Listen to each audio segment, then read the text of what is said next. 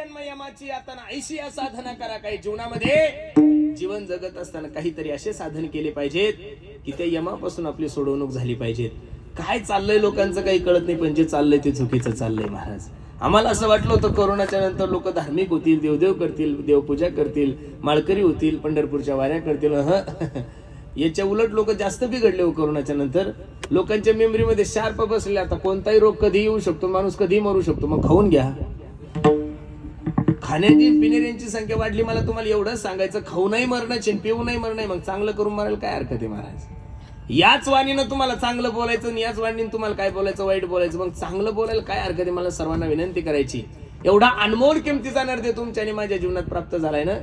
माणूस जन अनमोल रे, मिट्टी में न खोल रे, अब तो मिला है फिर न मिलेगा, कभी नहीं कभी नहीं कभी नहीं रे.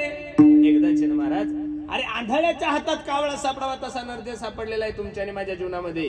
आणि इथं येऊन जर भगवंताचं चिंतन केलं नाही, मग महाराज सांगतात, आ नाही तरी गेला जन्म वाया.